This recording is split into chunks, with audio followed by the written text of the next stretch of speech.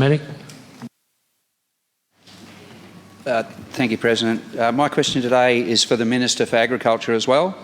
Each year, both the Agriculture and Environment Ministers receive lists of wetlands from BirdLife and Animals Australia that need to be closed for shooting because of the presence of threatened and endangered species. These surveys are conducted by experienced birders.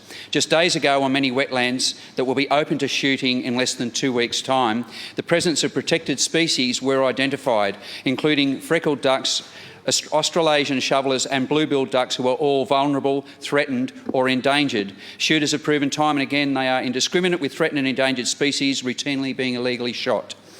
Last year, the former Minister for Agriculture closed Lake Beale for shooters and 3-month season along with other wetlands. Will the Minister take note of the surveys provided to her and close the wetlands where these species have been identified to protect vulnerable, threatened and endangered native animals under threat by recreational shooters? Minister. Thank you, President, and thank you, Mr Medic, for your question. And of course, we know that there's deeply held views in relation to duck hunting, not only in the community but in this chamber as well. And I'm sure we will have numerous conversations on this topic.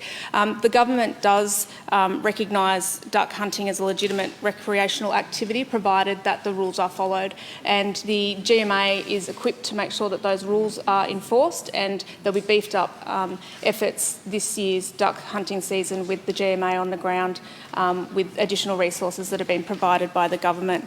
In relation to wetland closures, any closures of wetlands to hunting will be made on the advice of the GMA.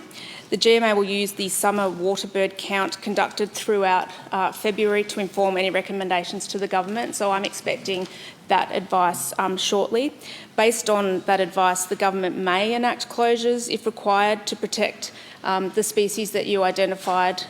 In terms of any species that are endangered or protected, the closures obviously can come into force if that's an issue, but also closures can be considered where perhaps concentrations of birds are particularly located in one place.